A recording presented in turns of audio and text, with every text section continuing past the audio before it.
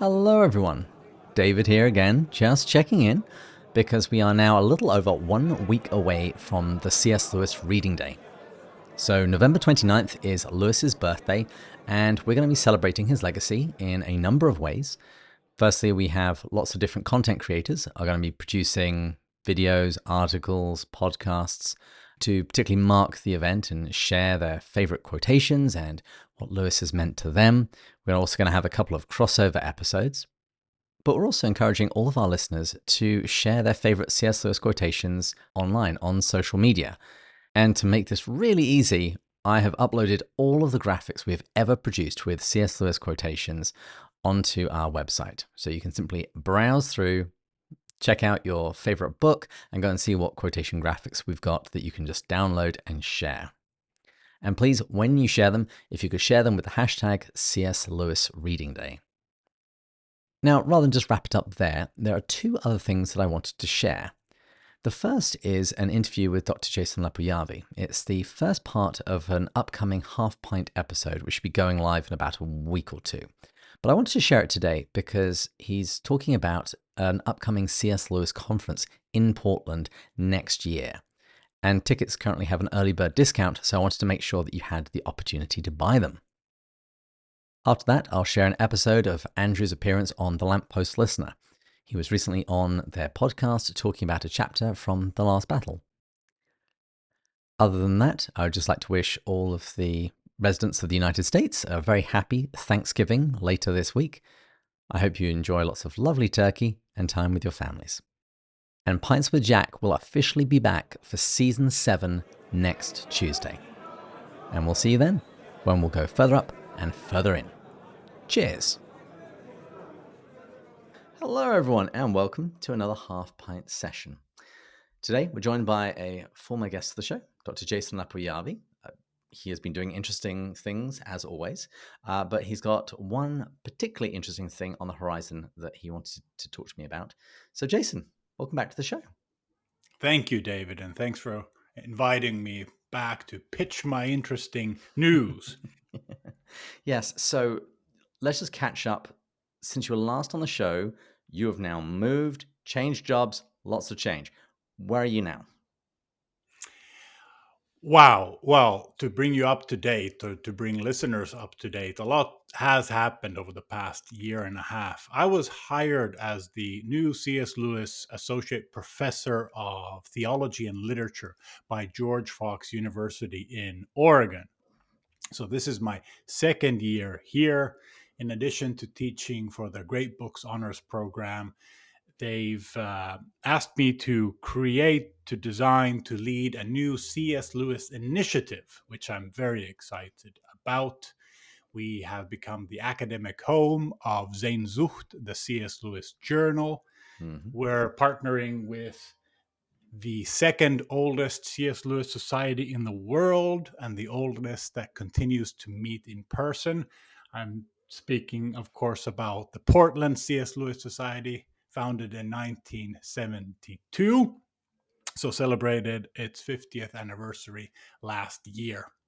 And now we are going to launch an annual or biannual conference called the Undiscovered C.S. Lewis Conference. And the inaugural event will take place next September here in Oregon.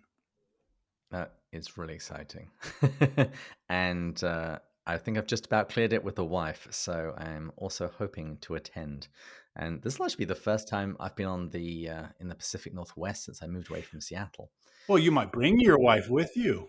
We're a child-friendly event. Yes, but my children are not friendly. No, she's giving this to me as a little present to get away and to nerd out with some fellow nerds for a little while. Oh, wonderful. We owe her a favor. Yeah, yeah. So tell us about the conference. Who have you got coming? What are the topics that are going to be addressed? Details. The general theme is quite self-explanatory. So, the undiscovered C.S. Lewis. We're aiming to do two things at the same time, to become kind of the venue for revealing new cutting edge scholarship on C.S. Lewis, especially the undiscovered side of him. So, new discoveries, forgotten ideas or refreshed ideas. Just really exciting. So, that's one thing we're trying to do. But at the same time, we want to keep this public facing. So, it's not just a bunch of academic nerds, but more general nerds that come together. So, we have 6 keynote speakers for this inaugural event. We've created space for 100, up to 100 short papers. So I'd really encourage scholars at every stage of their career to submit paper proposals. The call for papers is on our website. The students are very welcome to come. And we'll have 2 or 3 theatrical productions. We will have a pre-screening of a brand new documentary on the friendship of C.S. Lewis and Tolkien, and much more. So very much in the ecumenical spirit of the Inklings, we hope to be a robust scholarly conference, but not just an academic conference, a more holistic conference celebrating camaraderie and the imagination and the intellect of Lewis and his friends. Mm-hmm. I love the fact that you're looking at new stuff, because you and I have had various conversations about certain of Lewis's books that are very well trodden. There's been an awful lot of scholarship on them, an awful lot of attention, but there are also other ones that have been virtually untouched. I'd even say the space trilogy, the science fiction trilogy, the Ransom trilogy, whatever people want to call it, that has recently received a whole bunch of scholarship and popular level books to really bring it to the forefront as a C.S. Lewis book in the last few years. And we actually had a listener reach out to us who was thinking of doing postgraduate work in Lewis. And they said, what would you suggest? And what I suggested is go somewhere new, because there is so much more of Lewis to explore. Yeah, that's very true. His cosmic trilogy, Michael Ward has taught us all not to say space trilogy. So the Ransom trilogy or the cosmic trilogy, I think is going to we haven't it has a brilliant future, let's put it this way.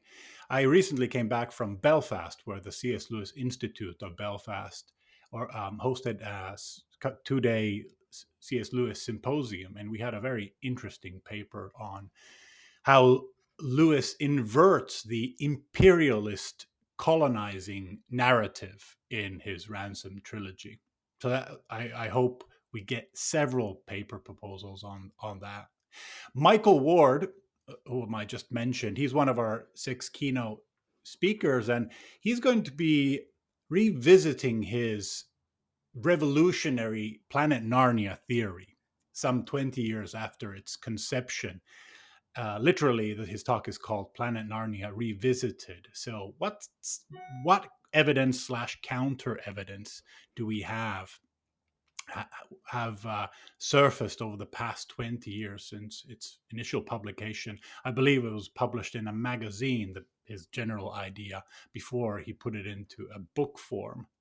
We'll also have Dr. Holly Ordway, the Tolkien and Lewis specialist, tackle a stubborn question about Tolkien's relationship to Narnia.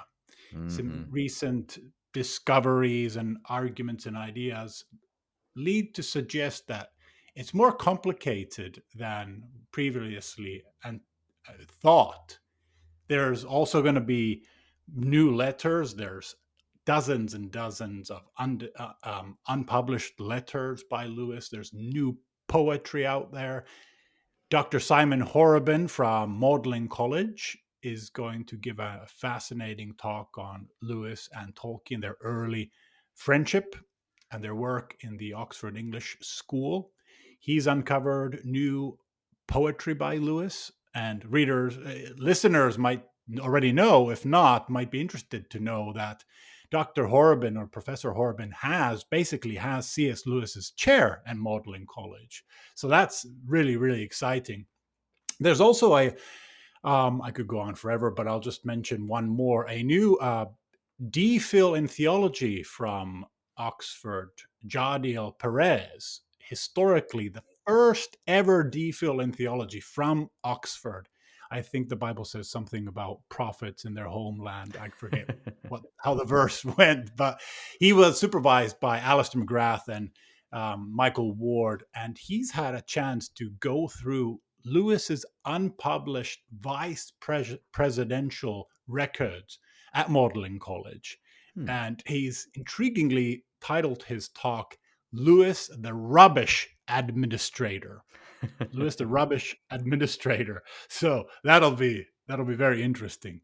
I seriously hope that many instructors, course instructors, whether in university, college, or classical high school, might they take this opportunity to think about how they tweak their assignments for next semester, for spring 2024 and fall 2024, because this might be a great opportunity to introduce bright students to the world of academia.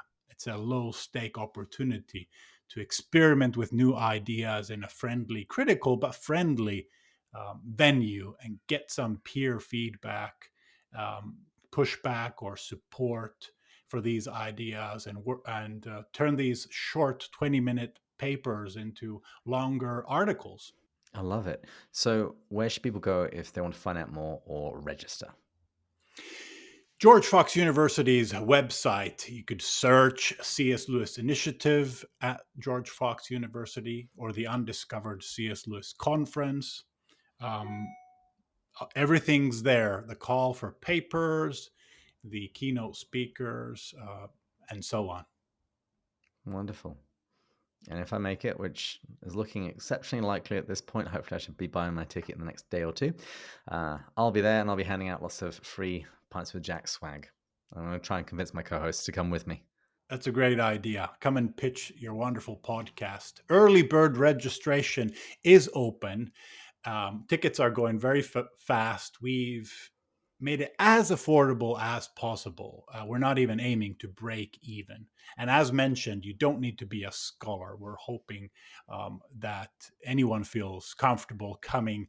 September in Oregon is absolutely gorgeous. It's based on my 1.5 years here. It's my favorite month in Oregon. It is so pretty and warm still. Newberg, just half an hour, 40 minutes south of Portland, is wine country, basically the Napa Valley of Oregon. So you've got the mountains, you've got the old growth forest, the rolling hills. It's almost like Cotswolds near Oxford. And an hour, 20 minutes away, you've got the Pacific Ocean. So it should be absolutely gorgeous. Yeah, it was one of my favorite months as well when I lived in Seattle, because you had very nice summers, and that was just the last little bit where there's a slight chill in the air. It's a little bit more like the dewy, cobwebby mornings that Lewis loves so much. And the rains haven't arrived yet. Exactly, because then it's horrible. As I said, this is the first part of an upcoming Half Pint episode, which you should be able to find on our YouTube channel very soon. And now we turn to Andrew's appearance on the Lamppost Listener.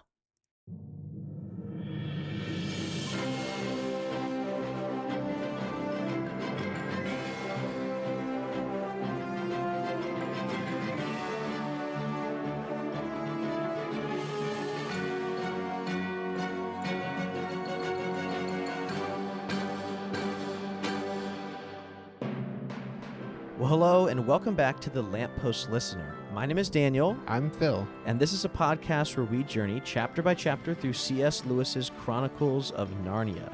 This is chapter 13 of The Last Battle, How the Dwarfs Refuse to be Taken In. And we have a special guest.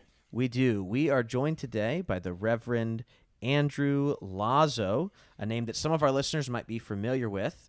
But just as a little reminder for us here, Father Andrew Lazo is an internationally known speaker and writer specializing in C.S. Lewis and the Inklings. He holds a BA with honors from UC Davis, an MA in Modernist British Literature from Rice University, and an MDiv with honors from Virginia Theological Seminary. He's a frequent speaker around the U.S. and the U.K. and has written quite a few articles on C.S. Lewis and J.R.R. Tolkien. Back in 2009, Andrew published Mere Christians, Inspiring Encounters with C.S. Lewis, and 5 years after that, he transcribed, edited, and published a previously unknown book by C.S. Lewis, Early Prose Joy, which was Lewis's very first spiritual autobiography. Just earlier this year, Andrew was ordained as a priest in the Episcopal Church and in January of 2023, and he serves as the apprentice rector at Church of the Messiah in Winter Garden, Florida. He's also pursuing his doctorate in Romantic Theology at Northwind Seminary, where he serves as a distinguished lecturer. Andrew is the glad husband of best-selling author and speaker, Dr. Kristen Ditchfield Lazo. And for nearly 20 years, Andrew has been working on a long-awaited study of Till We Have Faces, making groundbreaking discoveries all along the way. Andrew, welcome to the Lamppost Listener. Hey, fellas. It's so great to finally sit down and chat with you. I would be remiss in not noting that we're connected through David Bates and the Pints with Jack podcast.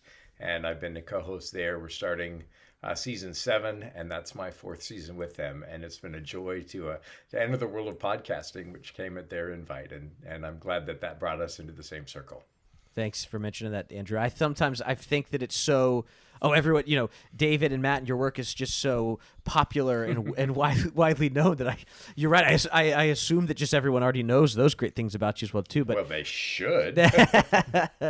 But it is, obviously, you all have been doing some great work over on Pints with Jack. You joined them back for the Screw Tape Letters. That was when you came on as a full-time host, and it's been wonderful once you came aboard and just I brought a new voice to that show. We love Matt and David. We've been listening to them since they started right before, a little before we did, and you've been a great addition to that community as well. Well, it's been fun to find friends, even though I've only been in the same room with David a couple of times and just met Matt for the first time. Yeah.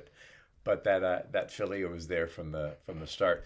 Interesting enough to folks who are interested in Narnia, we're starting season 7, in which we'll look at Letters to an American Lady, but we'll also dip into Letters to Children.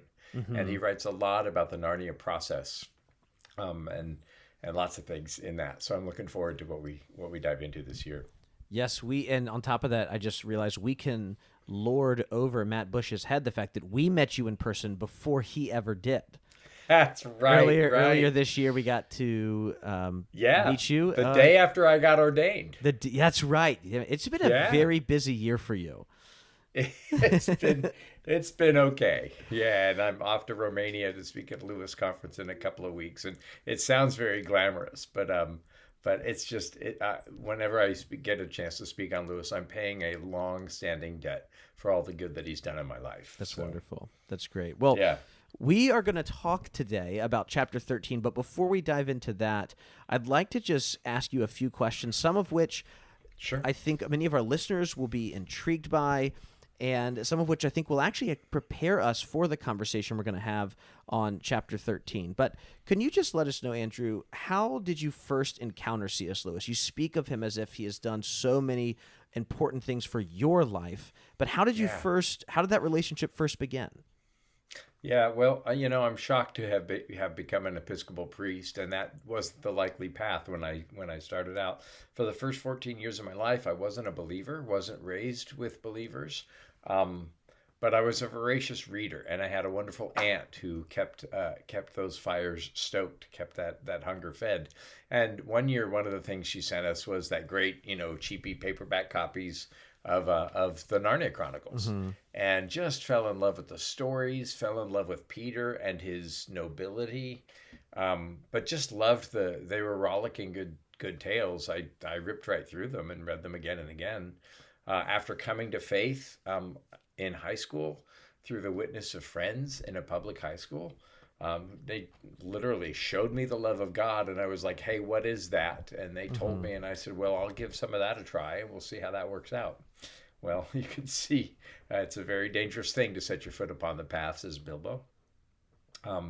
And so I reread Narnia in high school, and I thought I felt very proud of myself because I discovered, and this might be news to you, so hang on.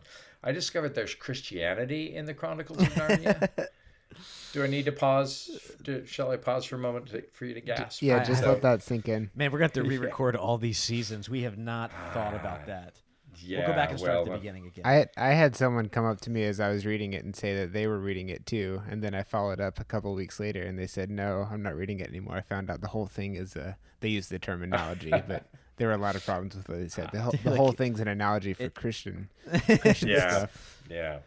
Well, that was food for me. And then in my 20s, I lived in Nashville, Tennessee. I was in the Christian music business. Worked with a guy called Phil Keaggy, a wonderful guitarist and sweet man, and was going through a real crisis in my faith. And Phil was going through a big Lewis and Tolkien phase at the time and reading a bunch of those books and lent me Letters to an American Lady. And then shortly thereafter, I stumbled across Surprised by Joy. Mm-hmm. And I found that Lewis had thought through his atheism better than I'd ever thought through my Christianity. And so I'm like, well, crap, I got to get to the bottom of this guy. And that was 30 years ago, and I'm still trying to get to the bottom of that guy. And so he kind of led me back into reading, led me back to school. Mostly I went to university in order to kind of be able to understand the allusions and the quotes in Lewis. I did a minor in Latin so that I wouldn't have to look up Lewis's Latin quotes, right? You know, when the scene in That Hideous Strength where Merlin and Ransom are talking. Just talking and Lewis doesn't give you it. Pilgrim's Regress does a similar thing too, where we don't, you know. So minors in medieval studies, you know, that's where all the cool parties were. Mm-hmm. But I just wanted to understand what Lewis is about. And that's why I did modernist British Lit at Rice. So he really kind of, I say that he sparked my imaginative life when I was a child. But when I became a man, he saved my intellectual life and taught me how to think, taught me how to believe intelligently. I mean, the shallowness that I had seen around me and inside me just got blown away by just trying to understand what Lewis would say. So I've been at it ever since. And that's led me into a vocation of teaching, which led to priesthood and led me from No Church, the Baptist Church, Jesus People USA in Chicago, the Presbyterian Church in Nashville, finally came to the Episcopal Church and have found in the Anglican tradition and the liturgical faith a real home which really kind of values the intellect and imagination and creativity along with solid Christian tradition, scripture, and belief. So I owe Lewis just about as much as one man can owe another, as he would say of George MacDonald. That's great. Wow. Well, continuing, just thinking through your relationship with Lewis, what about these books, these 7 books that we've spent the last few years going through? Do you have a favorite in the Narniad? And if you do have a favorite, now some people it's like, you know, picking their favorite child. If you do have a favorite, which of these books is your favorite and why? Oh my gosh, I'm gonna see if I can reach for one on the shelf. I've got my eBay shelf right over here. Yeah, here it is. Generally, when people ask me what my favorite Lewis book in general is, I'll either say Collected Letters Volume 3, Till We Have Faces, for obvious reasons that we'll touch on, I think, a little bit later, or whatever Lewis book I'm reading now. But if I think if I had to have one, it would be The Voyage of the Dawn Treader. Mm-hmm. So those who are just listening in cannot smell or hear. Here's the pages of a British first edition, third impression of The Voyage of the Dawn Treader. And that's one of my favorite Lucy. covers. Fantastic. And the map on the inside, right? That's great, yeah. Yeah. So, and Reepicheep, the noble Reepicheep, and Lucy, and Edmund, who becomes, by the end of The Voyage of the Dawn Treader, almost as good as Lucy is. She and Lucy both recognize that Eustace was the dragon. And for Edmund to be granted that kind of vision that was exclusively Lucy's shows the real growth in kind of in his sanctification, to use the theological world. He has changed at his conversion, at his guilt and forgiveness. And much like Eustace and Dawn Treader, Edmund began to be a better boy. And by the time he reaches Voyage of the Dawn Treader, his character really fills out, and he leads like Peter does, and he sees like Lucy does, and he loves, which is, I think, the hallmark of those books. And that kind of loving hand to Eustace. It's the hand that, the Weston refuses in Perelandra. Exactly, yes. But Eustace takes it. And so that's that's got to be my favorite Narnia. But I love them all. I mean, if you're telling me that I can't have Silver Chair that we did a retreat on a couple of weeks ago in Texas, or I can't have the last battle, the last they had begun, the first page of the last great chapter, I'd fight you. I'd fight you for those. But, I love your thoughts. Tonight Voyage. Yeah, I love your thoughts there about Edmund as well. I was reading through the Voyage of the Dawn Treader with a group of fifth graders. We just finished it actually last week. And as we got to chapters 9 or 10, which is right as they get to the Dufflepuds, the magician's house. Yeah. I had a student, and so you've gotten through chapter 8 where you have Edmund and Caspian have kind of fought over Deathwater Island. And I had a student make a comment about, well, Edmund really hasn't done much at all in this book, and he doesn't feel it was somewhat of a critique, but more of an inquisitive critique by this young student. I don't remember the exact words, but it was along the lines of, this feels like a completely different character from the first book, and and the student was thinking about that as if it was a negative thing. And we were talking about this. We were in a Socratic seminar together, and one of the things that came out of this, and that was even revealing to me, I was like, this is why I love doing this, was, it feels like a completely different character if the only character trait we give Edmund in Wardrobe is that he's a traitor. Yeah. And we have a tendency as readers and as sinners ourselves to put that only one thing that we see him. But who doesn't see him that way? Well, it's Aslan himself, right? And Aslan doesn't see him only as a traitor. And Lucy. Exactly. Lucy well said. Also, she loves him. And the reason Lucy can see is because she loves, but that's a whole nother episode. Oh, I know. Yeah, I wish we could do it now, but we can't. Yeah. Well, and remember what he's titled as a king, right? He's King Edmund the Just. The Just, yes. What does a justice do? A justice judges, but how often do you hear the justice speaking in the court? Very rarely. The justice doesn't until he pronounces judgment at the end, right? And so I think that Edmund has become much more judicious about. That's well said. And I think he's learned from the kind of cruelty that he showed to Lucy. And so but if you look at how he leads, like Peter leads in Lion, and then how he sees, and then the mercy that he extends, and even the pity to say, you were just a liar, I was a traitor. Yes. Right? I mean, he owns all of that, and he owns that turnaround in his own life. And, whether or not you come from any kind of belief system, this idea that we can be seen at our worst, but do we want to be taken for our worst moments, right? And do we want that to be the only thing that defines it? And so Aslan paid the price for Edmund's, being a perfect little beast, as they call it. But Edmund never forgets that lesson. No, and it helps him to lead quietly. It helps him to see piercingly.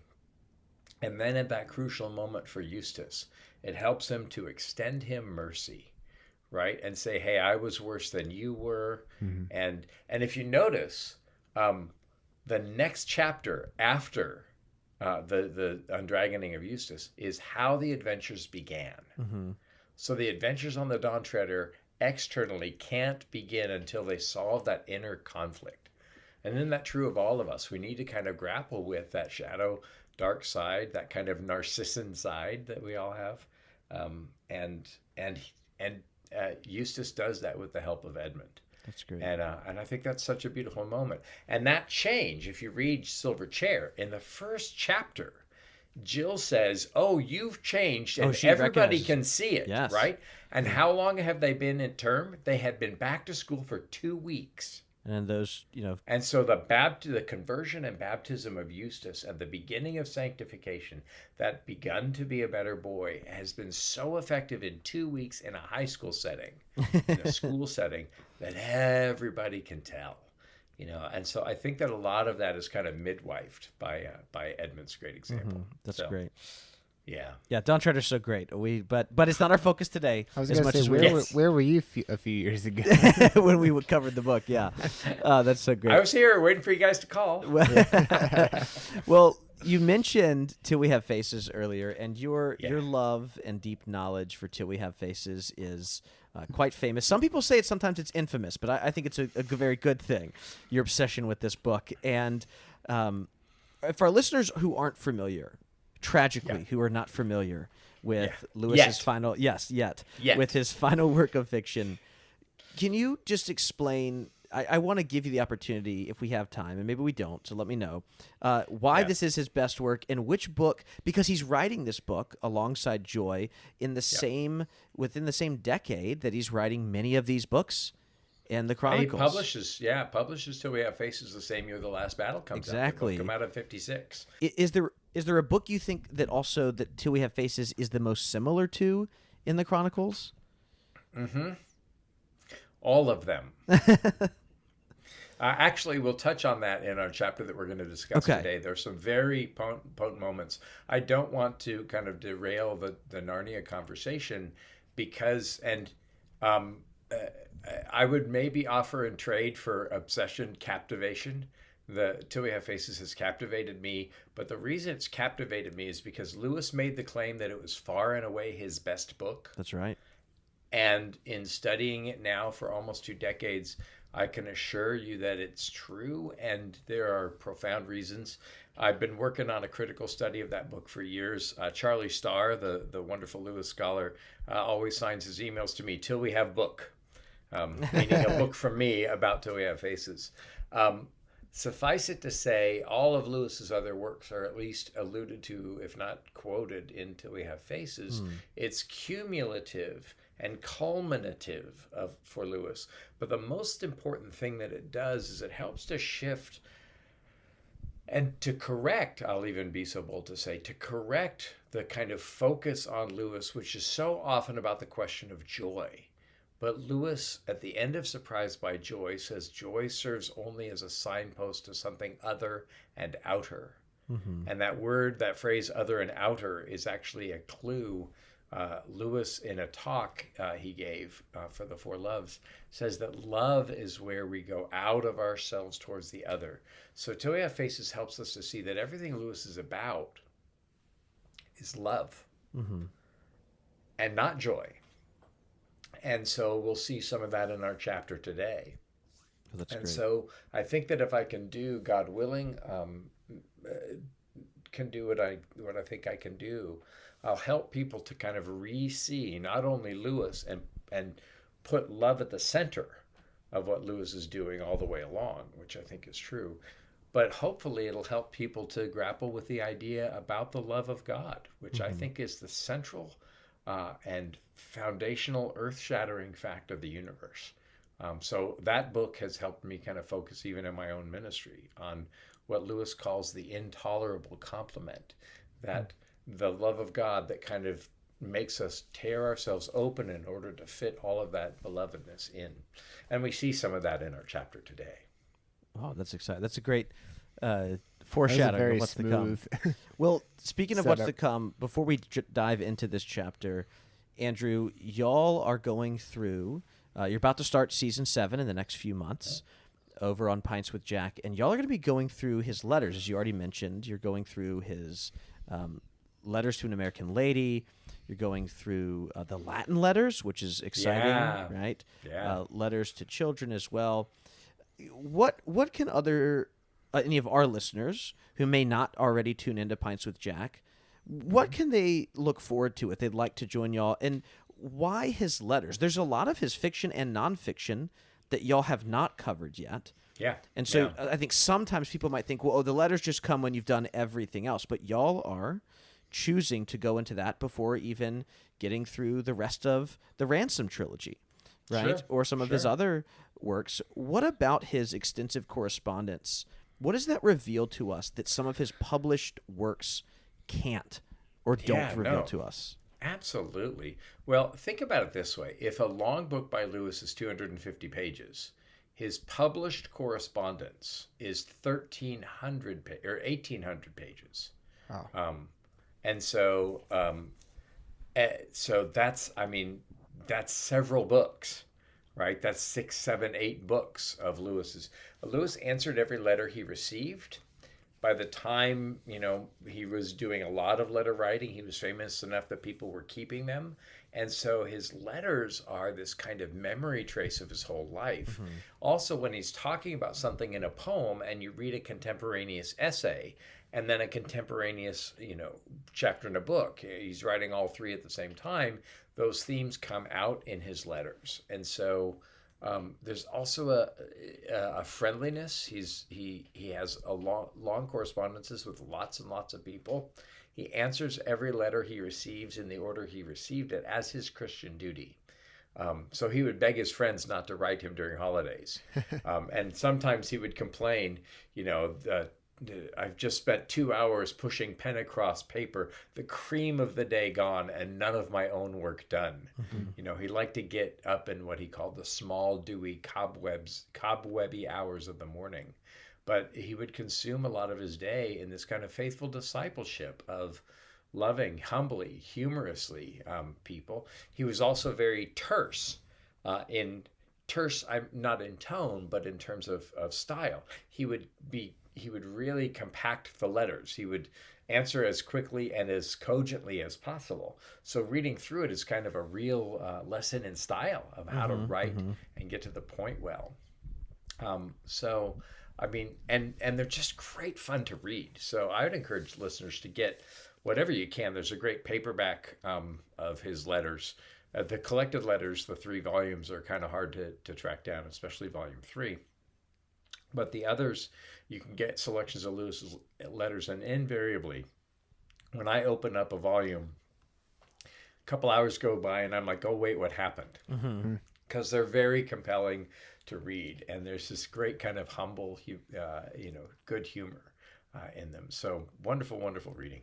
It really stands out to me that Lewis considered responding to those letters his duty, but he did not consider it to be the work that he wanted to do, but it ended up being published work just like everything else.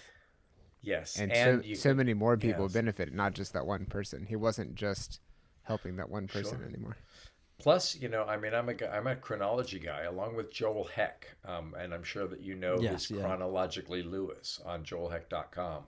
An invaluable resource, 1,200-page PDF of every single date that Joel can track down in Lewis's life. And so for me, kind of understanding what Lewis is saying demands a context. Where is he? What's he doing? Kind of what's going on in his life is very helpful. And so the letters provide a whole memory trace, right? Because if you can date an event, and that's how I changed Lewis's conversion date in Early Prose Joy. In Surprised by Joy, he said he was converted to theism in Trinity Term 1929. But in Early Prose Joy, he said in the year and the month that he learned to dive is when it happened. And we now know that he learned to dive in June of 1930. So that changes the date. And I've had talks with Alistair McGrath about some of this stuff. Interesting. So the letters are just an invaluable kind of memory trace in addition to their own literary characteristics and just the good, sheer, rollicking fun. That's great. Well, that's on my list now. I'm excited to dive into Letters to an American Lady. I got an edition. You've inspired me a little bit. I don't believe it's a first edition. Yeah. But open up. Let me see the front flap. Let's see. Does it say book club selection on the bottom of the desk jack? A family bookshelf selection. Yep. Yeah. So this. Yeah. So not a true first, but looks exactly like the. Exactly. True Yes. So yeah. Not a true first edition, but still looks like it. And you've inspired me to maybe stay away. Not that they're inherently bad, but I've been staying away from some of the Barnes & Noble kind of trade paperback editions of some of his books Yeah. and looking for Yeah. some of the much more beautiful ones that are a little bit harder to find, but that you can find on eBay or other places, even your own eBay page, which we'll link down in this Yeah. episode. And that one yeah, is yeah. Letters to Lyndon B. Johnson's wife. Is that? That's not that's not the American lady. No. I'd be remiss if I didn't mention the Major and the Missionary. Warren Lewis, Lewis's Sure. brother, had a long correspondence with an American missionary, Dr. Blanche Biggs. And unusually, we have both sides of that correspondence. And the marvelous C.S. Lewis scholar, Diana Glyer, and you should throw a link to her work Oh, yes. up there. She has published on the Rabbit Room Press, Andrew Peterson's Sure. outfit, and Pete Peterson. She's published all this correspondence between Warren Lewis and Blanche Biggs, which started after Lewis died. And so, jokingly, Diana said, "Well, it looks like Warren Lewis also had his own American lady." And there's some really just beautiful reading in there too. So, Well, that's great. yeah. Let's go ahead now and transition into chapter 13. I think listeners have a good sense of your relationship to Lewis, and if they aren't already familiar with you, they understand how you're approaching this text. And with that in mind, let's dive into one of the very last chapters in the Chronicles of Narnia, a chapter that in many ways is a huge turning point for the rest of this book. And Phil, I know you actually haven't read what comes next, so some of this might be significantly more confusing to you. But It's okay because we're so close. you're so close to the so end. close. Exactly. But with that in mind, I'm going to go ahead and read the chapter summary for chapter 13, and then we will dive into all that is happening here. So here is chapter And by 13. the way, Daniel, that's a great approach simply because Bruce Edwards of blessed memory, a wonderful Lewis scholar who died a few years back, when all the Narnias came out, the movies started coming out, and people were asking about allegories. And of course, they're not allegories. They are supposals. Lewis said, let's suppose there was a world like this. How would things work out? But Bruce said, read the lines before you read between the lines. Exactly. And I think that's a great approach. So yeah, carry on. All right. Well, here's chapter 13. Tyrion and the 7 friends of Narnia feast upon beautiful fruit that they find nearby in this mysterious place. Peter explains that some of them were whisked away into Narnia from the train platform, while Lucy shares that a similar thing happened to those friends inside the train. Tyrion is surprised to learn that he entered this world through a door that appears to come out of the ground. He learns from Lucy, who is interrupted regularly by Eustace, that the Narnians, the Calormans, and the dwarves have entered through this stable door as well. The group of dwarves astoundingly do not appear to realize where they are. Despite the beauty of this open world before them, the dwarves believe they are inside a disgusting stable. Nothing is able to convince them otherwise. Aslan himself finally appears to the friends, and he explains that there is nothing he can do to reveal the truth to them. Well done. I'd love to turn to you really quickly, Phil, and because Andrew and I are familiar with this chapter and with the rest of this book, I think many of our listeners just need to know what is going on in your head right now. Yeah, this was a really interesting chapter because for the first time I felt like we were starting to get answers, but then when I finished the chapter, I felt that I wasn't 100% sure.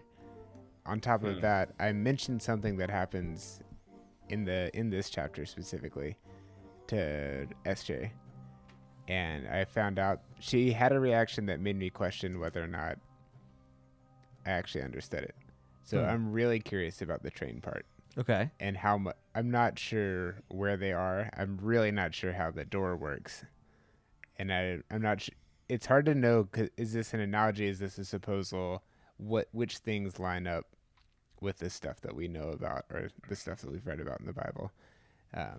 And I thought I was so close to having more answers, but now there are a few more chapters, and I'm not sure if we're going to get a few more explanations or what. And I'm not even sure that y'all can tell me right now.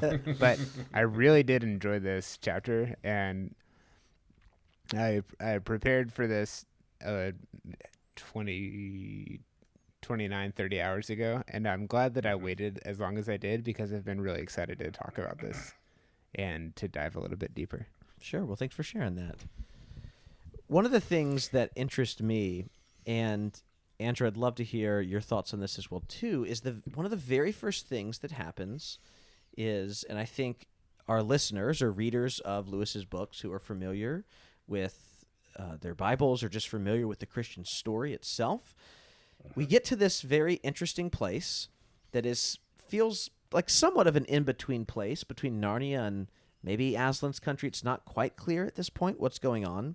And one of the first things that all of these children, or these what were children, all see, these 7 friends of Narnia, is this beautiful fruit, which Lewis explains is so beautiful. It's better than the freshest grapefruit or the juiciest orange or the most melting pear, right? It makes all of those things look bad in comparison. But right before these characters go and eat this fruit, there's a little bit of a fear of, should we be doing this, right? We can think about back to Genesis chapter 3. We can probably also think back to Magician's Nephew, right? And Peter has, the High King has this great line where he says, "It's all right. I know what we're all thinking, but I'm quite sure we needn't. I have a feeling we've got to the country where everything is allowed."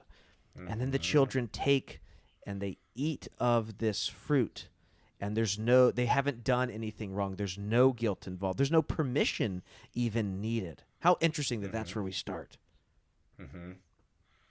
Well, and you'd also, I think you would, if you've read Lewis's science fiction books, I think that you would rightly kind of hear at least an echo of Perelandra. Oh, absolutely. Where Weston, and that's an unfallen world. It's a world where there is a sinful human, but there is no sin in the world, and no fallenness. And so he eats this marvelous fruit. And even that fruit, I think, pales in comparison to this. And the narrator says, "I can't describe it," which echoes what Paul says about the third heaven, right? You can't find out what it is like unless you get to that country and taste it for yourself. And that certainly, I think, has echoes of what happens in the Great Divorce, right? You shall eat such apples, right? If you are, if you go further up and further in, right? Instead of trying to pick up the apple, the golden apple that the ghost tries to do. And so I think you have some hints about where this place might be. What's interesting too, and I think this is the right time to maybe discuss it, even though it doesn't come up till later, is, if you're reading this, and we know that there has something to do here with Aslan's country, and so Phil, we're not giving you too much information here, but the idea is, well, if Aslan's country was an actual allegory of heaven, for instance, well, one of the things that's interesting is that we see both all kinds of people here. Later on, we'll see the dwarves. We know that at least one Calormen, 2 Calormens, because Emeth there as well too. But the first Calormen comes in. We know that Ginger the cat comes in as well, and even Tash was there. And on top of that, even one of our characters, Eustace, is constantly interrupting and kind of getting on people's nerves. And so one of the questions I had thought at first was, well, is there sin here? How does this work? If this is an allegory, if this is supposed to be Aslan's country, there wouldn't be sin, or would there? And then I came, like you did, Andrew, I thought back to Perelandra and thought, well, there's a difference in Perelandra. Venus is not heaven. It's unfallen, even though there is a sinner. And so what we see here in this space that we are currently in this chapter is quite a similar thing, where it in some ways appears to feel, or be maybe even, unfallen, but there is absolutely sinners here. Yeah. Well, there are, there's certainly that. Lewis had some interesting comments on purgatory, and the gist of what he said about purgatory is I think that God would be only just polite to allow us, coming as dirty as we are in our traveling clothes from this world into the next, wouldn't he give us a little antechamber to, to put on nice clothes and get freshened up, right? The barest hospitality from the meanest guest would allow you to do at least that. And so I think that there may be some of this. There's also a clue. Edmund had a rather sore knee from a hack at rugby, and suddenly it's gone. Right, exactly. And then remember what happened to old King Caspian when he died and went through the river. He turned into this kind of vibrant young man, golden bearded and all the rest. And so I think that we have some clues about what might happen. And we do certainly know in The Great Divorce, in Lewis's fictive world, people who will consign themselves to hell can have vacations in heaven. He talks about that in the preface to Great Divorce. And so without giving anything away, except knowing how it ends, that I think that there are clues that this may be heaven, even if there are sinners who are interloping there for a moment. That's well said. Just to go back for a second, and I know this is slightly veering a little off topic, but I think it's helpful because we have you here on the show to help us think through this. Lewis, I believe those quotes from him on purgatory. Is that in Letters to Malcolm that he says that? I can't remember. That's when I need David to look things up for me and send me a text a couple of days later. It's interesting because, and I know for a fact that also purgatory comes up for him in some of his collected letters. I can't remember exactly, but we see that side of Lewis, who takes something like purgatory, which he does. And let me clarify. I mean, Lewis is a Reformed Protestant. He's Church of England, Church of Ireland all his life. He's not suggesting the kind of purgatory that the 39 Articles decry. Say yes. And so this is just an idea of maybe as part of our transformation, or maybe when we stand before the bema seat and the wood, hay, and stubble is burned up, maybe this is that moment, and that's what other traditions may call purgatory. So this is not Lewis endorsing a traditional doctrine of purgatory, just to be clear.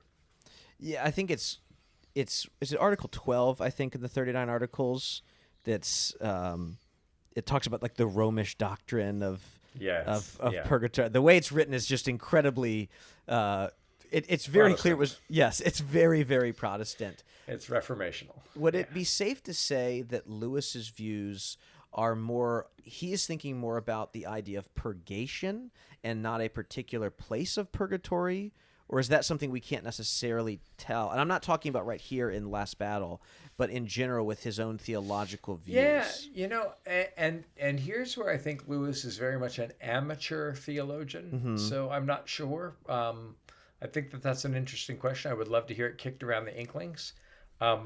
Remember that Lewis says, I think in Problem of Pain, that a hell for humans and a heaven for mosquitoes could be quite easily combined, right?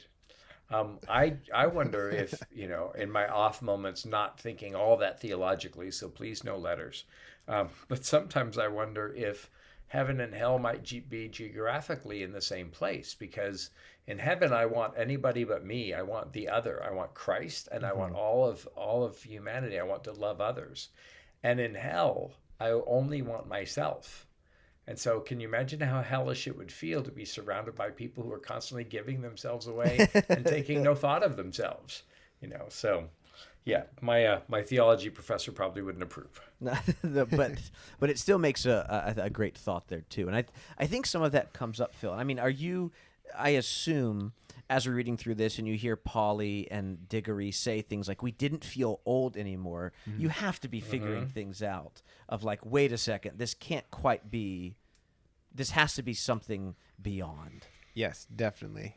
This whole conversation made me feel much more sane and smarter. But I did think I thought they had died. And I thought that they were in a new place. And I thought that place was Aslan's country, which would be the equivalent of heaven. And then I was confused by each detail that came after that.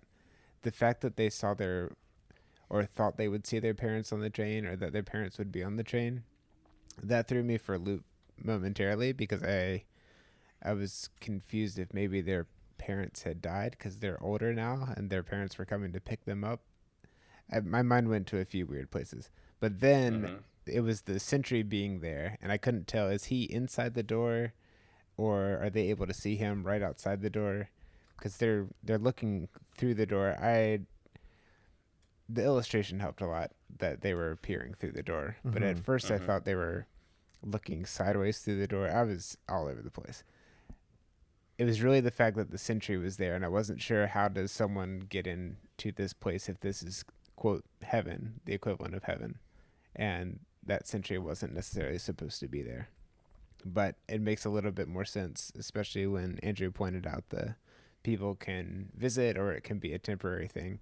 And a lot of these are just preconceived notions of what heaven is, which is informed by some pretty odd stuff, like a lot of cartoons growing up. You get a little halo, and you float around. Yeah, and a harp and all the rest. Well, and at the end of the chapter, when you see that the dwarfs refuse to be taken in, and they don't have eyes to see, and this is very much like Orwell, who will not allow herself to see that Psyche is really dressed in finery and living in a palace. Yeah, the palace is really there. It absolutely is there. And this is, David pointed this out, but it's been a cornerstone to some of my interpretation of Till We Have Faces. So kudos to David. Orwell doesn't see the palace until she gets on her knees. Until her body assumes the position of prayer and humility. Until her body puts her in the position of selflessness. That's when she's granted vision. But until then, she refuses the invitation to joy. It's not long before that the voice of love, the God of love, says to her, "Why should your heart not dance?" And she refuses that invitation. And I think that this is a really good answer to those who may not believe in hell, or may be universalists. I think that there's a real heaven, and I think that there are people who will not let themselves be taken into heaven. And it's not that God is refusing heaven. Heaven was created for humans. Hell was created for the devil and his angels. And as Lewis says in The Problem of Pain, the gates of hell are indeed locked, but they're locked from the inside. Exactly. Right? And so the dwarves could allow themselves in. And would they like it when they got there? And if they wouldn't like it, what sort of people would they be? Lewis in Mere Christianity talks about the practice of virtue.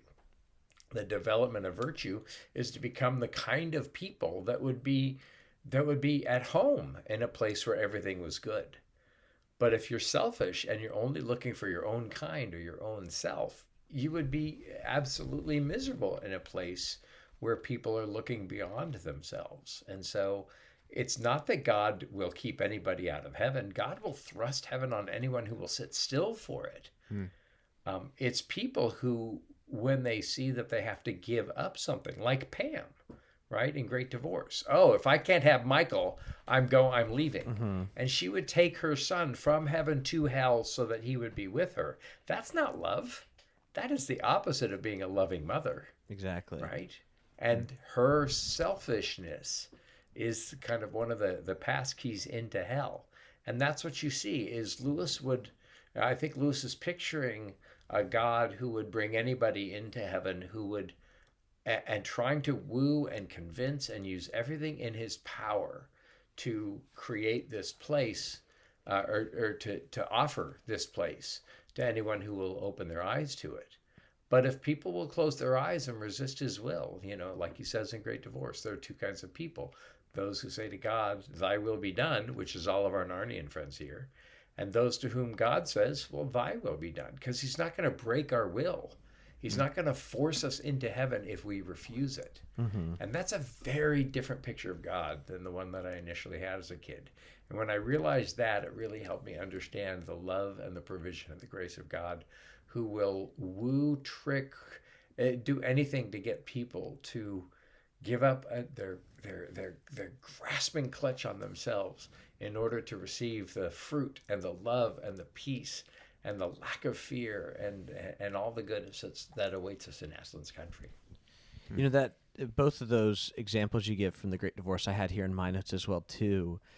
Sorry. No. You know, this is great. And as you're saying that, I was reminded actually when I first came across the very, very famous quote, the one you just mentioned, that there's two kinds of people: those who say to God, "Thy will be done," and those to whom God says, "Thy will be done." Right?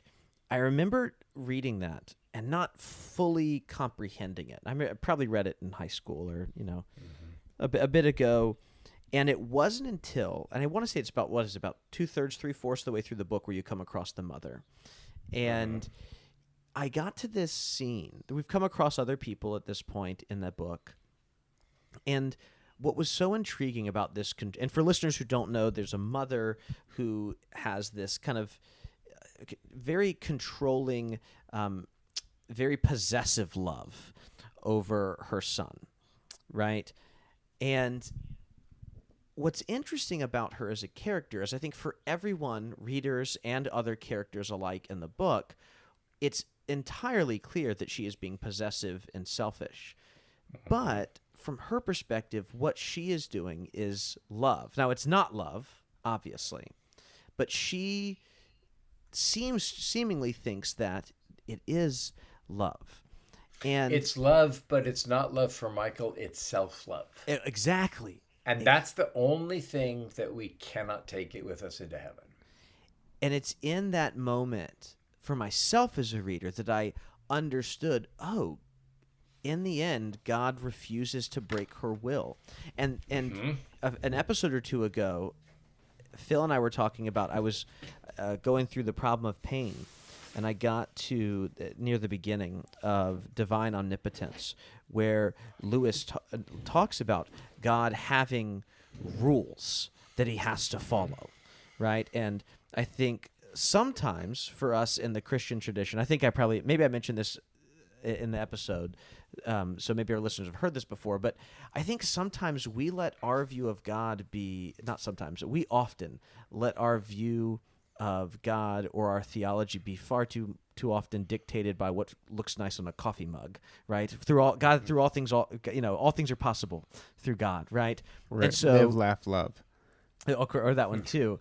And and so we say, well, God can break any rule, and there's nothing that God can't do. And Lewis' argument here, and we hear it even from Aslan, is he even says there are things that I can do and things that I cannot do, right? I cannot show these people. He even does a low growl near the end of the chapter where, and we can get into this in a little bit, where the dwarves think that it must be some kind of machine, right, that's making this noise. And Aslan is so clear. He's like, I will show you what I can and what I cannot do. And what's so interesting is I think Lewis does such a great job, and I wonder if this is because he's an amateur theologian, of making that much more palatable and for laypersons like myself, right? To say, that's what it means. It's not that God is simply saying, well, all right, if you don't choose me, then I'm going to just take my ball and play. Because I think when I was in high school and I read that passage in The Great Divorce, I thought it meant, well, if I can't have you, then I'm just going to take my ball and I'm going to leave the playground and fine, you can go have it, almost like out of spite, right? And that's not what God's doing. Yeah, one of the analogies I've been using around this topic lately, and I don't have children, but I've been a sibling, and I have lots of friends who are parents.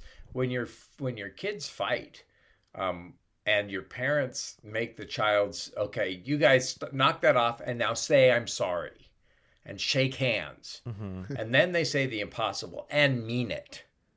Well, they can make us fake it, and they can make us shake hands, and they can make us mutter the words. But unless my heart has changed, I am not going to mean it, right? And so God is effectively saying, I can't make you mean it. And if you refuse to soften your heart, right, if you refuse to soften your heart to me and harden your heart to your own, nastiness, I can't make you do it any more than a parent can make their kids really forgive each other. Now, you hope that before 20 minutes or 2 years are gone, they, get over the offense and they love each other again. But in that moment, you can't force them to, it's the great theologian Bonnie Raitt, right? I can't make you love me if you don't. And here are the dwarves. I can't make your heart feel something it won't, and the dwarfs won't be taken in. And you got to get the Latin sense of that of the word. Volo, like voluntary, is to willfully do something. Volo means I will. Nolo is the Latin word for I will not, like I am willing not to do that. It is my will that this not happen. It's, by the way, where we get that great phrase, willy-nilly. It's really? Volo or nolo, right? Yeah. And so the dwarves are nolo dwarves. They're nolo, nolo, nolo, nolo. I will not, I will not, I will not. And eventually God's going to say, okay, your choice. I wish you would make another choice, but I won't reach inside you and turn you into a robot so that you will march automatically into heaven. He won't do that to us. And so he's honoring the choice of the will, which is this dangerous gift that he gives us. He wants us to turn it to himself. So he wants us to feel sorry and to reconcile.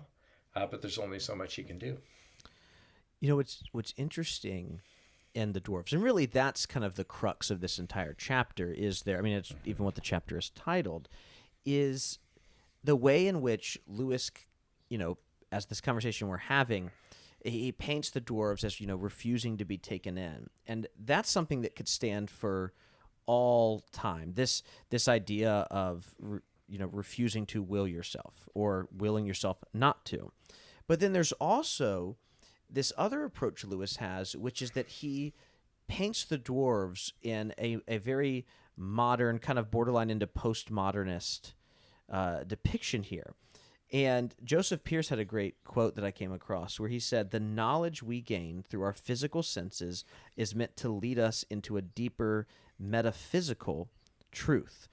And he made the connection, which became very obvious to me after I'd read his own connection, right? It always works this way. Oh, how did I not see this at first? Where the dwarves are given opportunities to embrace the truth through every one of their 5 senses. So there's the sound of Aslan growling. There is the sight. There's the darkness, but they refuse to see. There's the feast, the taste they're given. At one point, Tyrion grabs one of the doors, I think it's Diggle, right, and throws him, and he feels like he's gone up against a wall. And then there's the flower that Lucy gives him that he believes smells like manure, right? So all of their senses, there is something presented to them to say, here is the deeper metaphysical truth of your reality.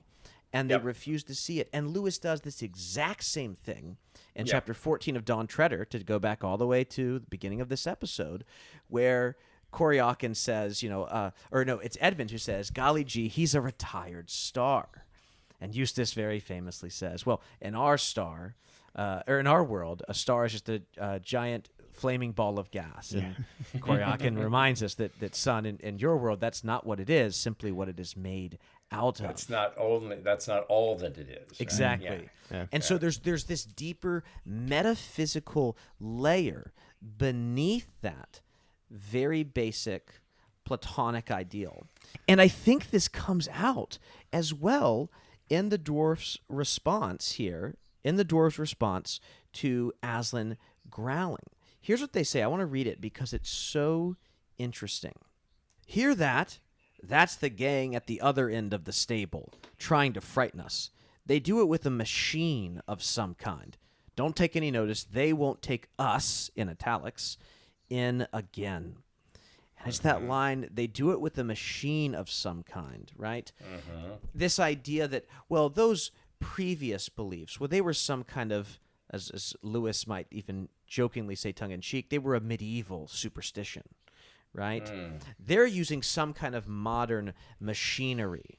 And whether it be, as he called with Freud, the new look, right? As he talked about kind of Freudian psychology, or whether it be with actual industrializing civilization, that there's this kind of machinery that almost it's both able for us to make sense of a post kind of a post Enlightenment world where all of those beautiful metaphysical things were just, like we said, medieval superstition. And machines can answer all of the questions that we used to think that only metaphysics could answer. No, no, no. All those things that were once otherworldly, they were once supernatural. No, they can be answered with some kind of modern explanation. And so let's do a little etymology. I just looked this up. So machine is a very interesting word. And yes, while there is all of that modernization and urbanization, and Lewis and Tolkien despised the car factory that was being put into Oxford, machine comes from Middle French, which means a device or a contrivance. So it may have that very modern sense of machine, but it's also a device or a contrivance. They're making it up somehow. So a machine gets assigned to this thing where we can't explain how they did that thing. So let's carry both of those senses, but it also, your literature students will know the Deus ex machina, right? The God and the machine, right? Like in Shakespeare's time, they would, lower a god from a machine or something like that, right? So I think that there's that where they're saying, hey, there's somebody behind the curtain. They are trying to contrive, right? They are trying to pull one over on us. In addition, and the mechanical sense I think is good too. It reminds me so much of Susan, and what you were talking about just there really is pulling a couple of things together for me. And I promise not to footnote you in my book because I won't remember, but it's going in there. Susan, when the name of Aslan is spoken for the first time, each of the four children has a numinous reaction, a reaction to something that is holy and other and large, right? Peter feels strong and brave, and Edmund feels a mysterious horror. Susan feels as if a lovely smell or a strain of music had passed by her. And I think that phrase "passed by" is signal, because Susan kind of doesn't get it. And we won't spoil anything for Phil, but Susan doesn't get it. But when we will not hear the appeal to mind or to imagination or to heart, God will stoop to appeal to the body. And that's the parable, right, of then maybe I'll send my son. And so it's the body that he has to stoop as low. It's a completely kenotic, it's a kenosis moment, an emptying out to assume a body, even the death on the cross. It's very bodily as the last resort. Susan is appealed to sensually because she thinks the rest of the stuff is made up. But it's the rest of the stuff that's actually real. And now that you mentioned that the dwarves have all five senses appealed to, now I've got to go back and look at Orwell, because I am sure that all five senses are appealed to, yes, and that she ignores it. And so that's going in the book, and I'm not giving you credit, but I'm giving you credit tonight. Well, that's my credit is I'm reading Joseph Pearce as well too. So well, and to Joseph Pearce, who's a dear friend and an amazing scholar. But I think that he'll appeal sometimes to the body as a last resort. I think that's well said. And remember Susan's reaction. The dwarfs think that Aslan's voice is a machine. Susan thinks that the risen Aslan is a ghost. Oh, that's right. He is the very opposite of a ghost, right? He is fully bodied and intends our good, and is altogether there and is not dead, right? He's the opposite of a ghost.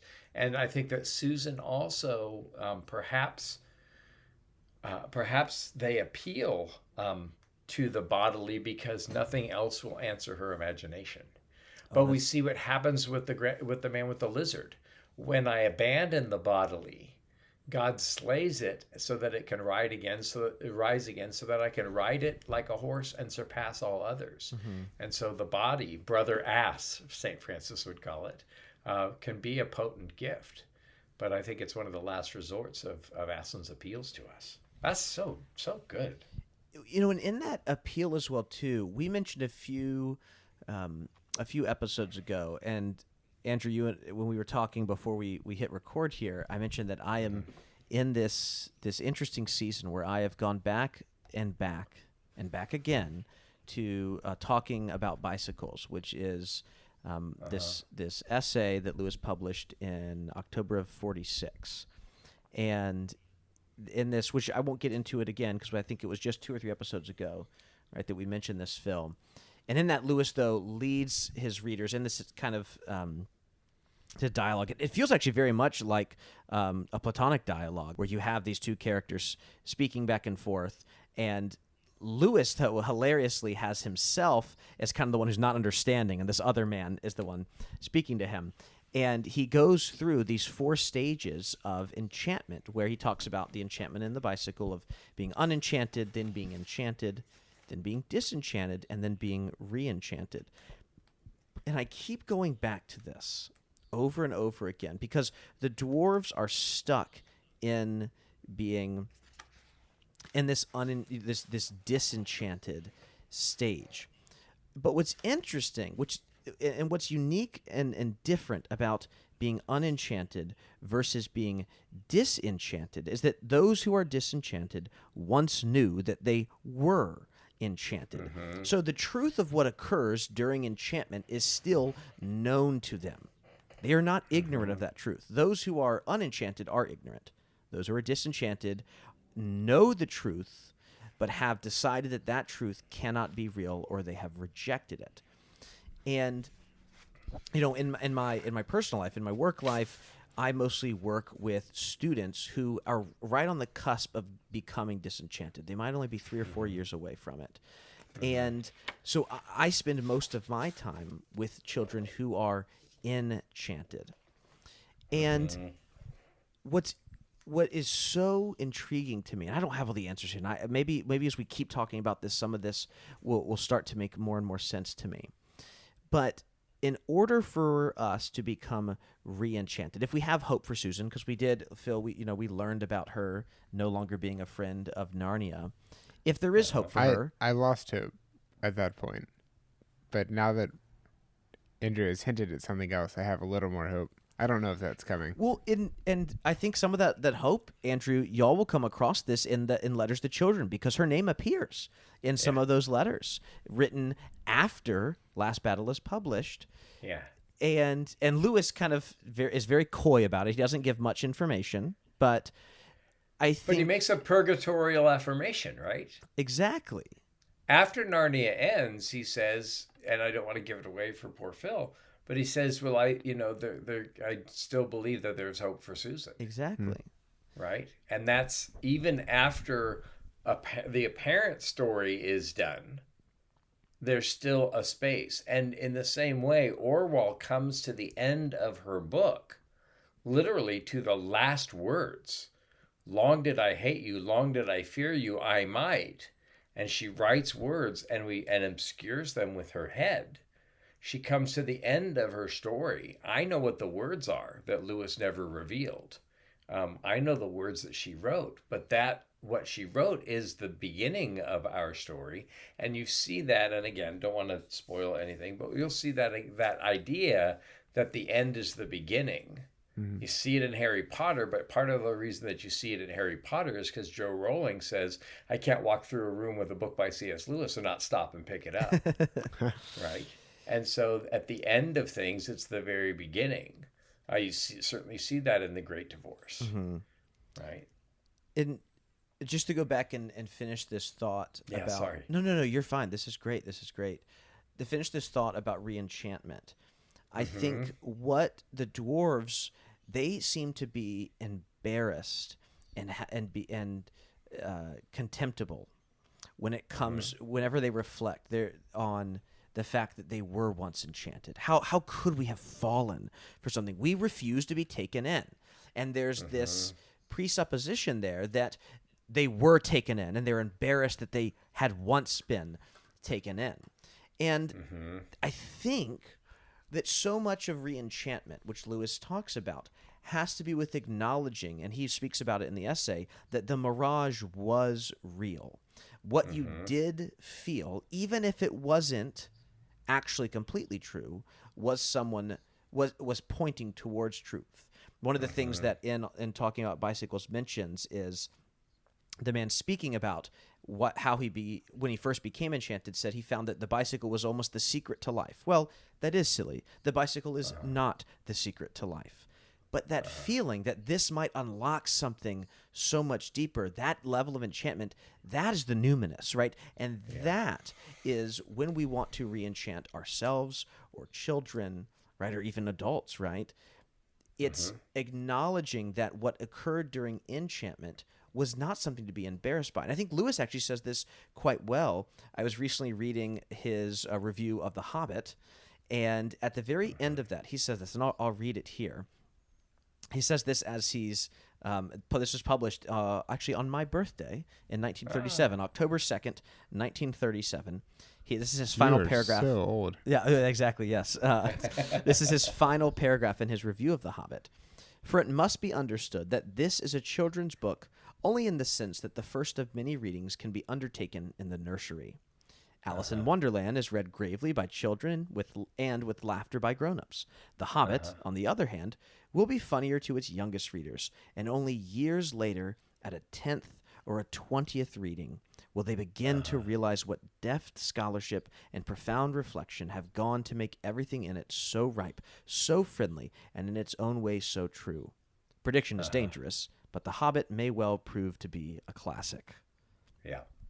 And I do think that it's and Lewis and Tolkien, this is what is somewhat of the impetus of why they want to write children's literature, is because they're so frustrated with literary criticism around children's literature that something like Alice, The Hobbit, these Narnia books, you shouldn't think back to them when you're an adult and say, oh, I can't believe I fell for that. I see that sometimes where even my own students who are starting to get that. Oh, I can't believe I liked that book back in second grade. Well, let's talk about that. That doesn't mean that book was perfect, but something there drew you in. And that can be the hindrance into re-enchantment. And that's what the dwarves don't get. Yes. Yes. Well, and again, at the risk of spilling all of the magic beans, there's that moment that we'll get in a chapter or two where Susan kind of mocks them for wanting to get together to talk about Narnia. And she's interested in much more pragmatic things. Mm-hmm. And that's very nearly at the last chapter of The Last Battle. But I marvel at the way that it circles back. And I've spoken about this before. It circles back to the very dedication to The Lion, the Witch, and the Wardrobe. And the problem with the dwarfs, and the problem with Susan, and the problem with the gleefully disenchanted is that they are not yet old enough in Tinadril's sense, in the Lady of Perelandra's sense. Oh, I am older, right? They are not yet old enough. Susan isn't old enough to start reading fairy tales again. She's not old enough to appreciate that the Narnia stories were more real than any of the other things in her life. I mean, poor Susan, she's Clarissa Dalloway, right? She's standing at the stair with all of her party and her flowers to get. And she's all concerned with these things, but it's the other things that are far more important. And she's on the cusp of that. I had a letter from a student not long ago. He was a student in my C.S. Lewis class when I taught high school. And we got along great. And then the second half of the year, I also had to teach his English class, and that didn't go so well. I didn't know what I was doing. I was taking over for a teacher that left. And he kind of got disenchanted, I think, with me. As well as high school. And I didn't hear from him for years. A friend requested him after graduation, didn't hear from him. And I just got a note from him in the last couple of months. And he said, hey, I've changed from engineering. I'm now going to be a teacher. I had to write an assignment about a teacher who I admired and respected, who influenced me. Here's that 2-page essay that I wrote about you. Oh, wow. And he said, I'm sorry that I just needed to close the door on all of that time in high school. Which I thought was a brilliant phrase. And I wrote back and I said, it's a really difficult era, a really difficult time in a person's life to try to become human. Mm-hmm. You know, those teenage years with the upper cortex is barely waking up and all the rest of it. Of course, it had a wonderful reconciliation with him. Don't blame him at all. It's hard, and he wasn't old enough to start reading fairy tales again, right? He wasn't old enough for reenchantment. And I think that one of the grave warnings, but the delightful promises of this chapter is that it's fine to be unenchanted and disenchanted, but it's not fine to stay there. And there's something much, much better further up and further in, isn't there? That's great. Similar with I don't think there's anything wrong with, quote, deconstructing your faith. In some cases, your faith might need to be deconstructed because it was not properly constructed. But the problem I see is when people stop there. And I've talked to enough people at this point. One of my good friends, who is very, very strong in his faith now, had a very dark time where there was a lot of questioning and a lot of doubt. And I didn't know them during that time, but I see where they are now, and I'm amazed that they even had that time of doubt. But they emerged from it so much stronger, and it gives me so much hope for. I have people on. I play Ultimate on the weekends, and I have several people on my team, and one by one, they all started sharing how they grew up in the church, and they were sharing very negative things that they did not care for. They did not like that, quote, Halloween had been boycotted. Everybody was going around Don't saying, visit my house next week. We already got my son's Spider-Man costume. They were going around saying all these negative things. And at first, it makes me incredibly sad because I can't help but view that as a permanent perspective. But having talked to so many people and hearing stories like this, where there's this time of disenchantment, but then a time of reenchantment is possible, it gives me so much hope for, of course, these people that are only in their early 20s or even early 30s, their story hopefully isn't done yet. Well, and you know, I just got back from clergy conference as a priest in the Episcopal Diocese of Central Florida, and we invited a couple of authors from the Orlando area, which is where I live. They just wrote a great book called The Great Dechurching, and looking at the phenomenon of the 40 million people who are now considered dechurched. They've got great statistics. They did a ton of research. It's really, it's very well done, and it's starting to make some noise in lots of different places. And he said of the 40 million, 8 million or 20% are, well, he says out of the 40 million, 30 million are casually dechurched and 10 million are casualties, right? And so most of the people who have dechurched are not breaking down their faith and vowing never to return and all the rest. Some of them were never really Christians. So if you ask them about the Nicene Creed, you know, the 8 million of the 40 only 1% would say that Jesus Christ was the Son of God. But almost all the rest of those who have been dechurched, some of them have a very high orthodoxy scale.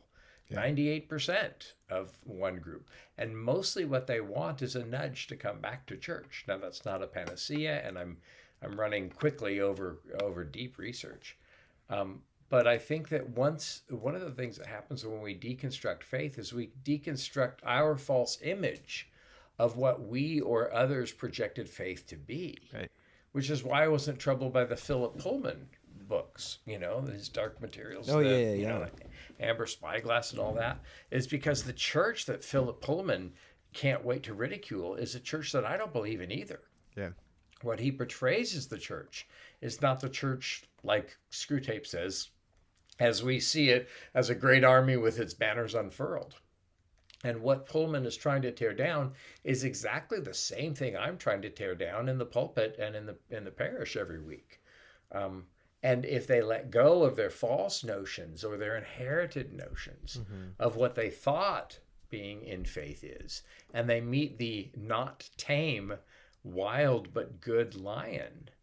And I have a friend who deconstructed very publicly on social media and ex-evangelical this and all kinds of explorations of sexuality and all the rest.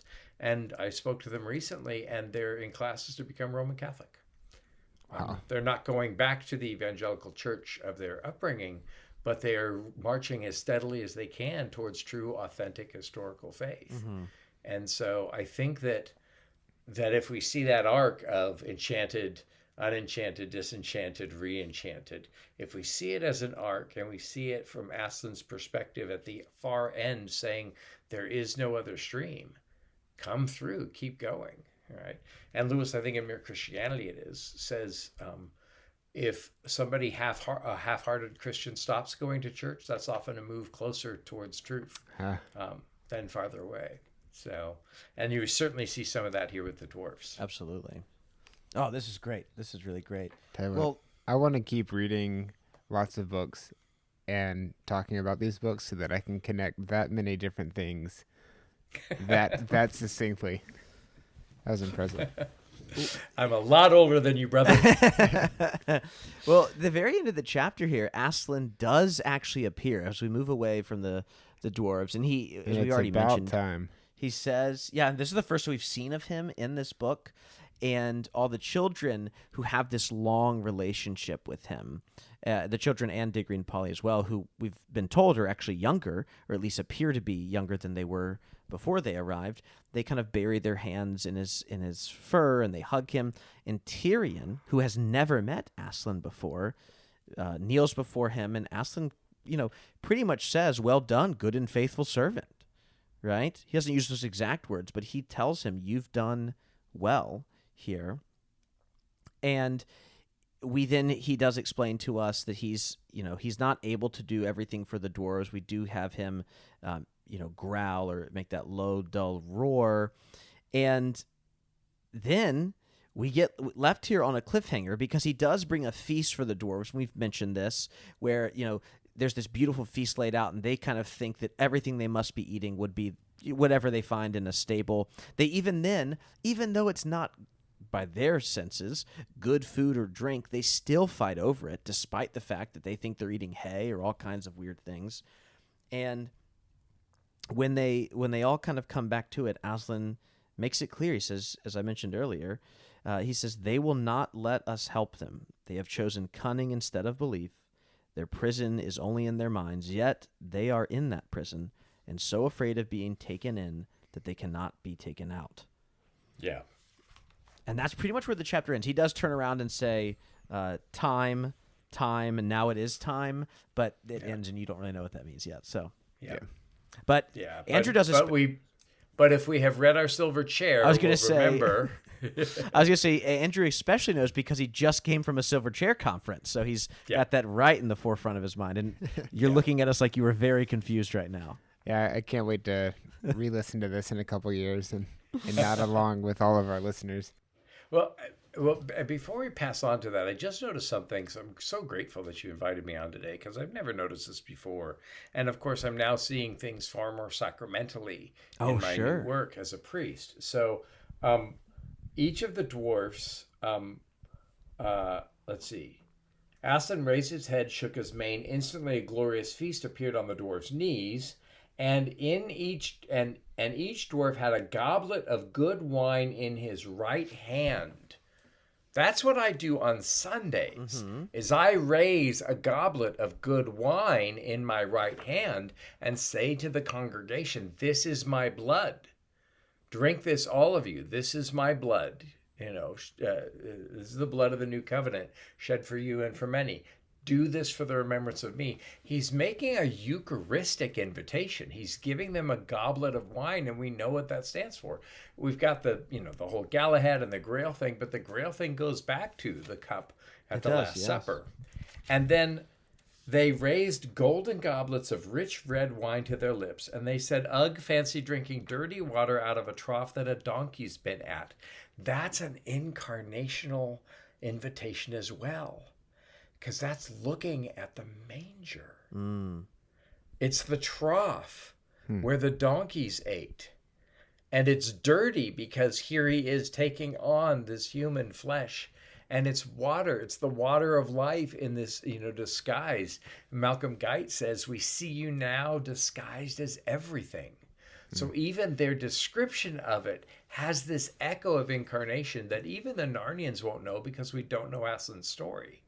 But we on this side of the wardrobe door know that the dirty water in the trough is in some ways a symbol of Christ. Absolutely. Of the Christ Yes. child, right? And even that, he's like, how much more of me can I force down your throats? Yes.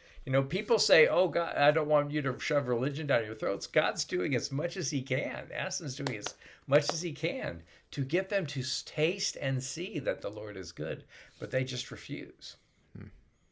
This is so great, that sacramental imagery there. I mean, the mere fact they're sitting here, they're holding, this symbol of the blood, right? Right. And they right. just and Orwell and Psyche holds out a goblet of wine, and Orwell thinks that it is water, right? Yes. And her blindness has done the reverse of the first miracle, right? She has turned wine into water. Exactly. Which I never noticed until now. So thank you again. No footnote. Sorry.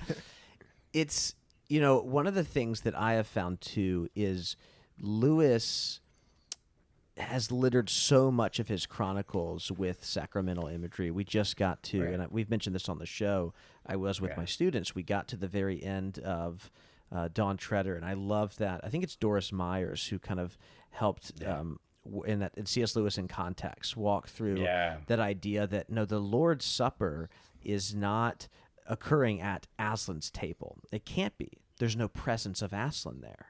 Right. How could that be the Eucharist?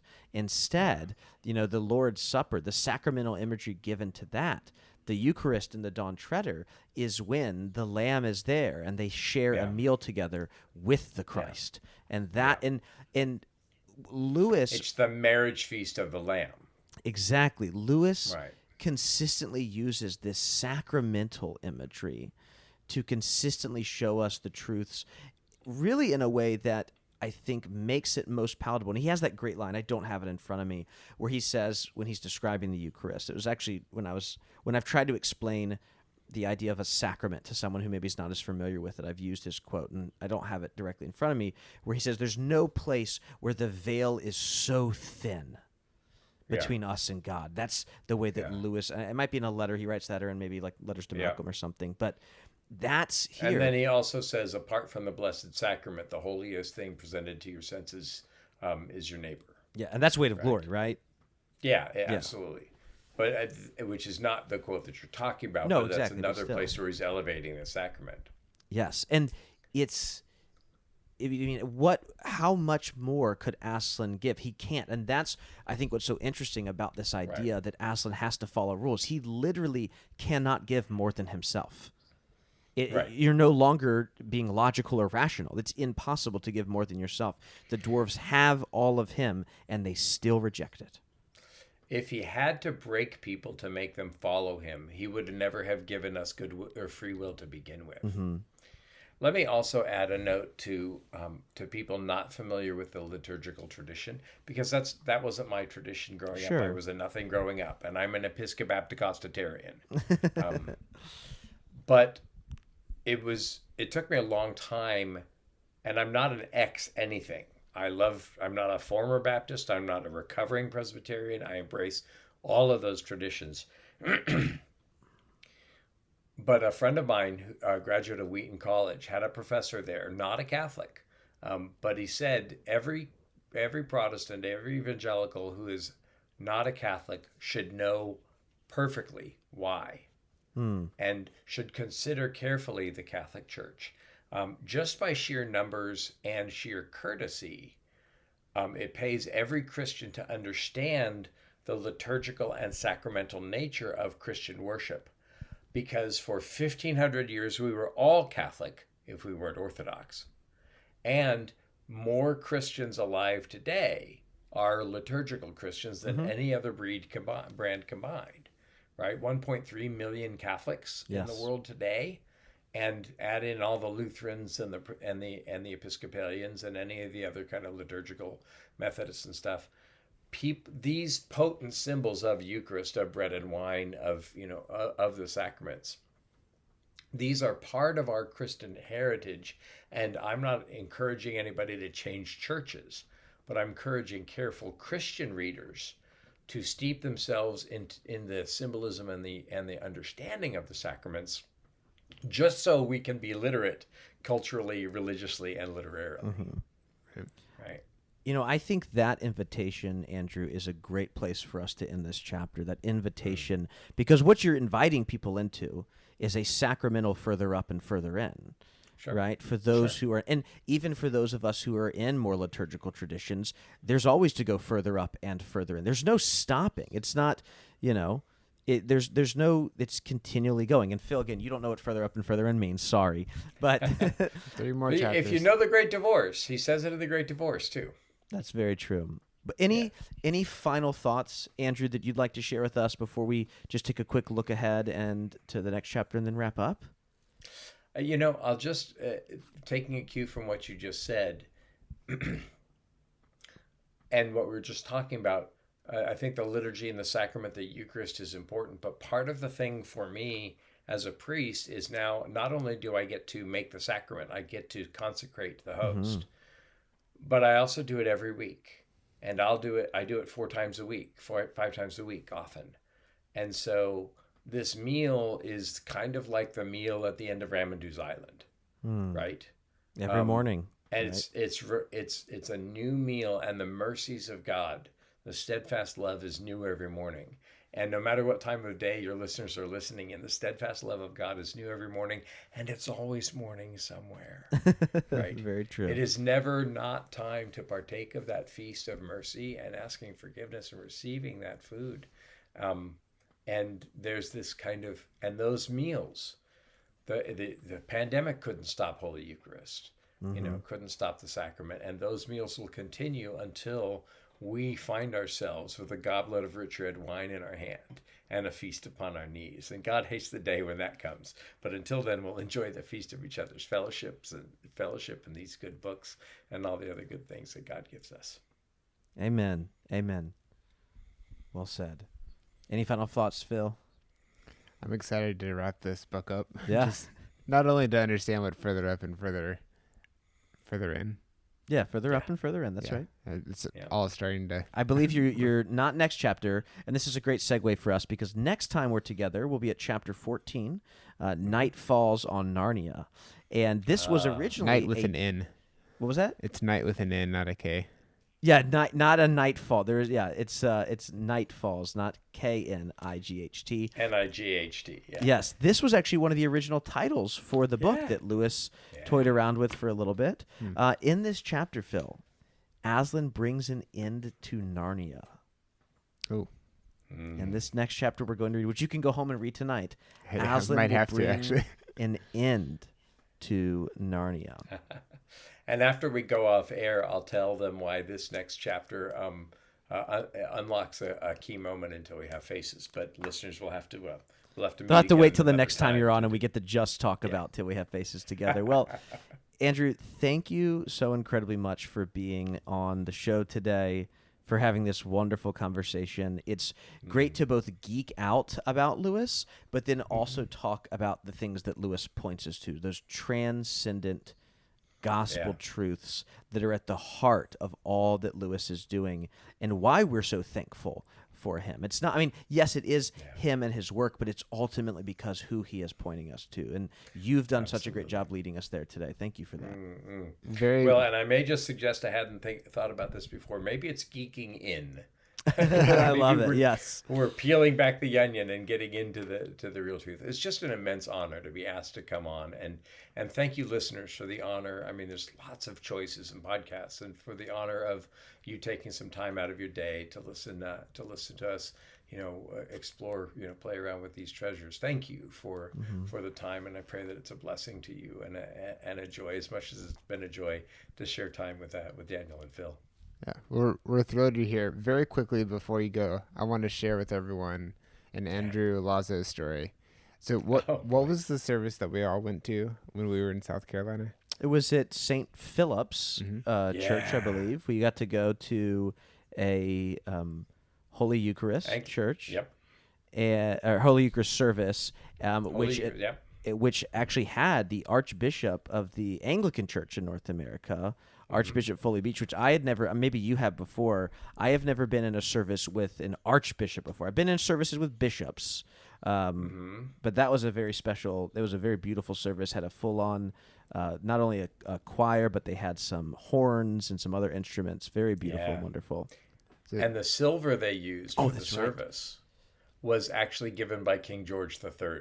Yes. To that church. It was before the Revolution. It was given to the church, I believe, in the 40s or something. But the meal that I remember going up to the front to receive the Eucharist, and they're giving it out on these plates. And I went back later and read, and I was like, oh my goodness, these are plates that actually were given by the King of England. How interesting and cool. With a note. In my heart of hearts, I said, "Thanks for lunch. Sorry about Yorktown." Yeah, I was gonna say, like, we're Virginians, so we love that. Yeah, it had an old English note on it saying that if you do choose to no longer be a part of this country, then I would like these back. And apparently, never gave them back. So what I wanted to share was the music was incredible, and the venue was incredible. I think it enhanced the music. There are horns. There's a chorus. Beautiful, beautiful service. But at the end of every song, Andrew would turn to me, and I wish this was a video podcast because I could make the facial expression, but he just exhaled. He would puff his cheeks and exhale and go and look at me. We were both blown away by the music, and I think that level of appreciation is something that comes through when you talk about Lewis's work and when you talk about the work that Lewis was also reading and engaging with. And we're really glad that you joined us today. Well, thank you. I think that sometimes as an evangelical, I got lost in the true to the expense of the good and the beautiful. But I think that experience shared with you, and certainly reading Lewis, especially in the Narnias and elsewhere, is the good and the true and the beautiful all piled together on the page, just waiting for us to turn it and to dive right in. Right. Well said. Well, Phil, will you wrap us up today? I sure will. This episode is made possible by our patrons over at patreon.com. If you'd like to support the show, you can listen to a bonus episode each month, along with other rewards. Special thanks goes to John Marr, Emily Wakefield, Ryan Smith, Ashlyn Washburn, and Andrew Trophy for supporting us at our top tiers. And real quick, I just want to point out, I just sent out all the stickers. You did? You sent out all the the stickers? By the time stickers? this episode comes out, they will definitely have all the arrived. Season 7 stickers to the patrons that support us at that level as well, too. And I also just say that all the links to Andrew's work and to Pints with Jack will all be in the episode's description as well, too. So if you have enjoyed this conversation and don't already listen to Pints with Jack or haven't been following Andrew, you can find a lot more of his work down in the episode's description right now. Right. And then I'll do a shortened version of this, but email us at thenarniapodcast@gmail.com or leave us a voicemail at 406-646-6733. And you can also check out lamppostlistener, all one word, .com. To find out about other guests on the show, other books that we've read, and notes from the show. Thanks for coming along on this journey. We'll be back next time for Chapter 14.